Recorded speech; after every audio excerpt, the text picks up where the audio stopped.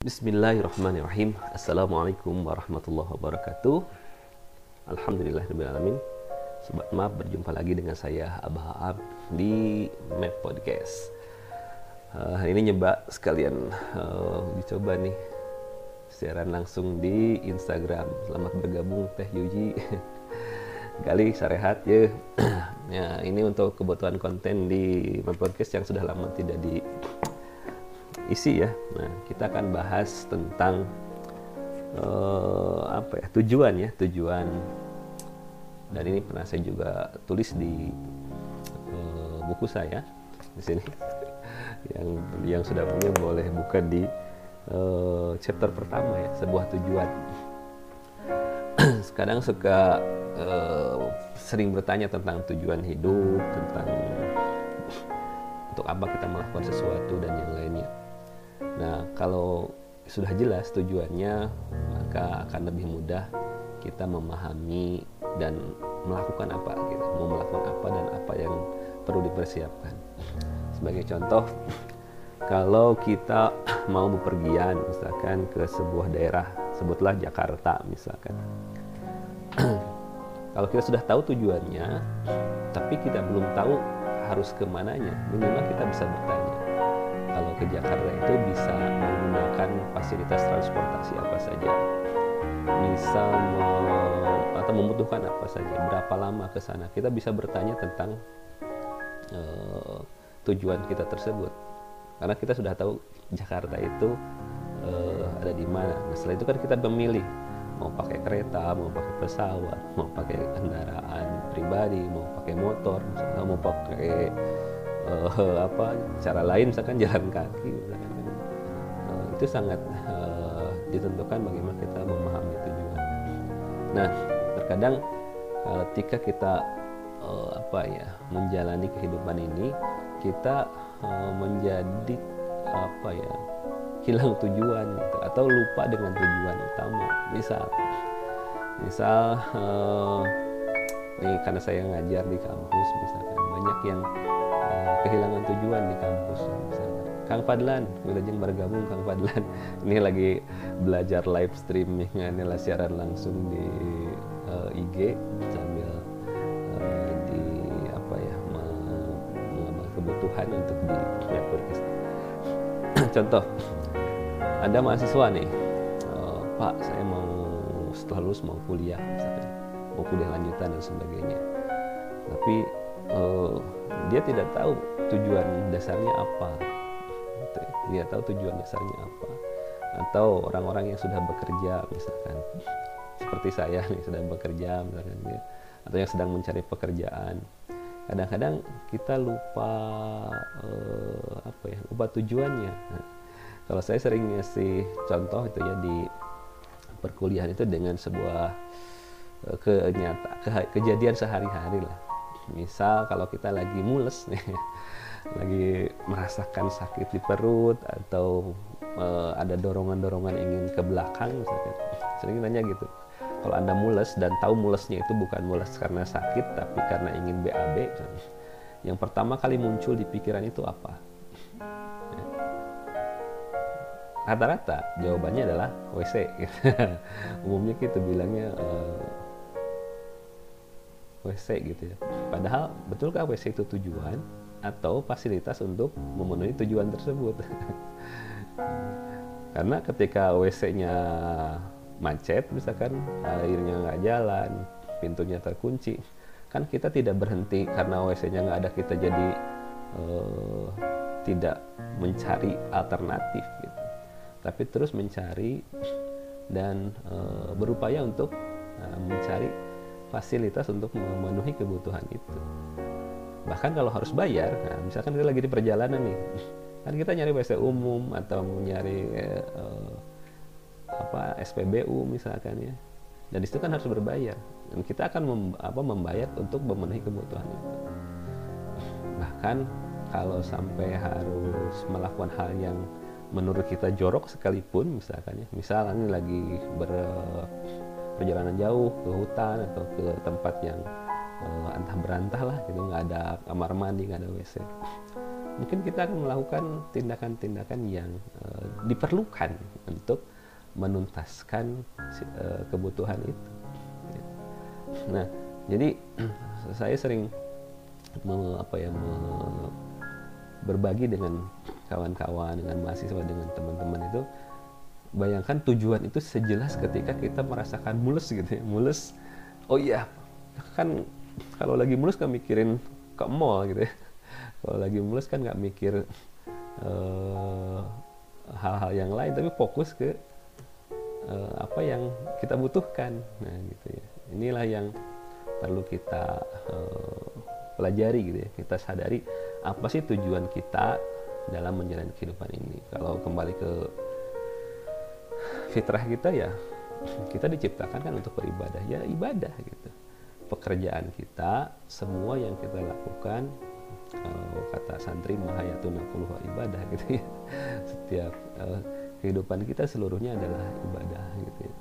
Nah, karena kita diciptakan pada dasarnya adalah untuk beribadah. Sehingga kalau ibadah kan jelas tata caranya, jelas syarat dan rukunnya gitu. Karena setiap syarat dan rukun tidak terpenuhi maka tidak dianggap sah.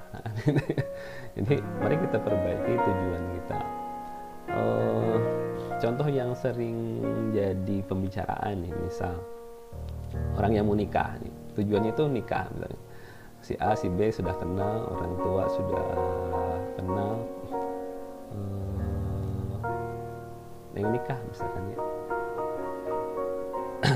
Tujuannya nikah, tapi karena misalkan yang laki-laki, saya kan belum mapan, belum pekerjaannya belum layak dan sebagainya.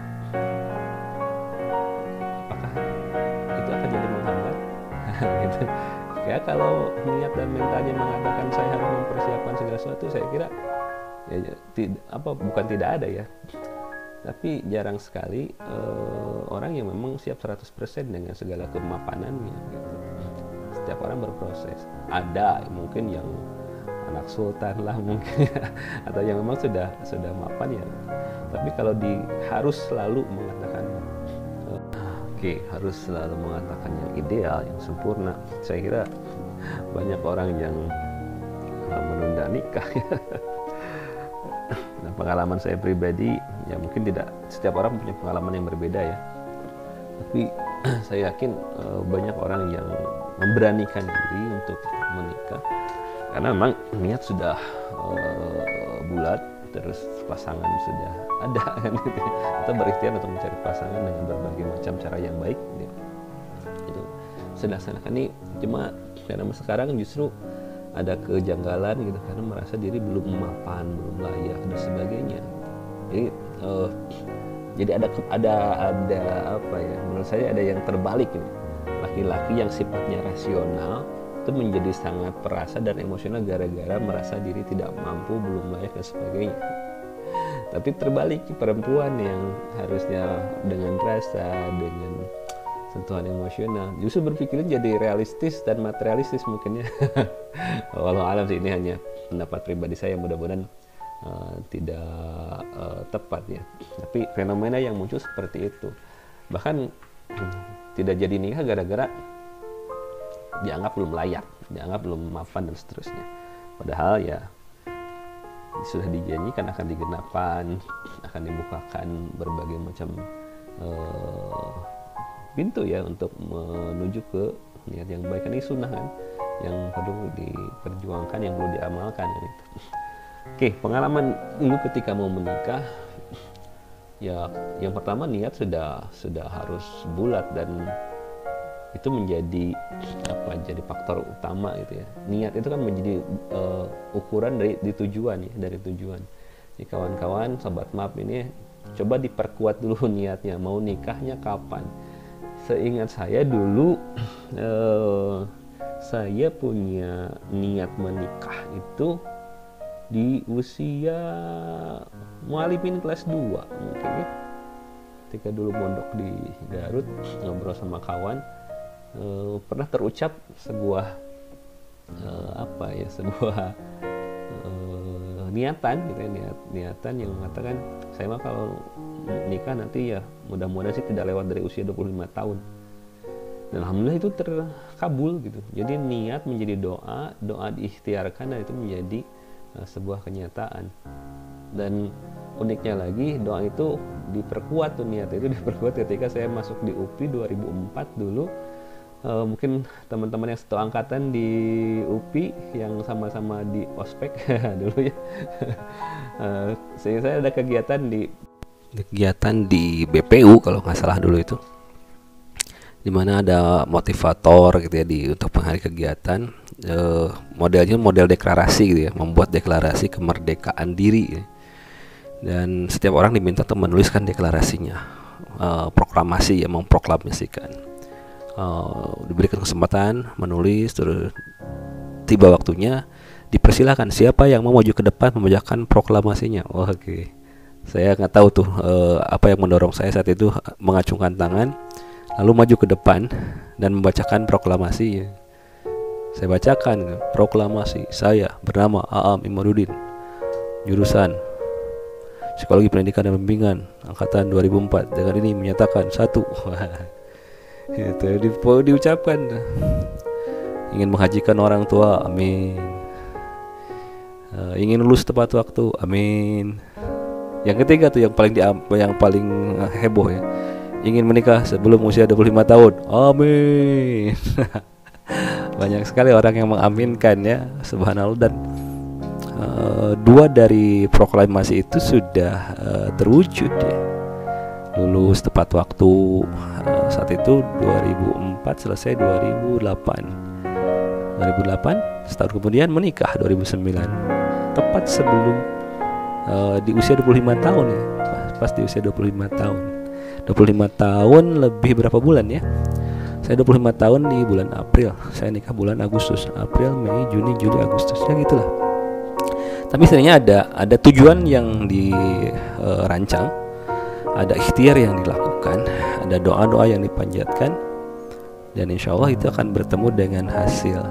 Walaupun nanti hasil tidak selamanya sesuai dengan apa yang kita harapkan, tapi kewajiban kita adalah mewujudkan apa yang kita niatkan dalam bentuk tujuan yang realistis dan melakukan ikhtiar yang terbaik. Sobat MAP, setiap orang berhak sejahtera, maka berlomba-lombalah dalam kebaikan.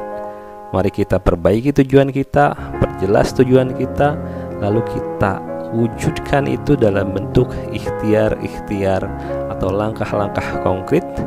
Karena semakin jelas tujuan, seharusnya semakin jelas ikhtiarnya. Seperti ilustrasi tadi, ketika kita merasakan mules, maka ikhtiarnya jelas, mencari kamar mandi, mencari WC umum, mencari apapun yang bisa kita gunakan untuk menuntaskan kebutuhan tersebut. Maka kembali sebagai makhluk biasa, kita memiliki niat, memiliki tujuan. Mari kita panjatkan doa agar apa yang kita niatkan, apa yang kita ikhtiarkan menjadi kebaikan bagi kita semua, jadi mendapatkan ridho dari Allah Subhanahu wa taala, sehingga semuanya akan berujung pada kebahagiaan kita, serta kembali membantu kita semakin meningkatkan syukur kita pada Allah Subhanahu wa taala. Sekian yang bisa kita bagikan hari ini di My Podcast. Semoga bermanfaat. Setiap orang berhak sejahtera, maka berlomba-lombalah dalam kebaikan. Assalamualaikum warahmatullahi wabarakatuh.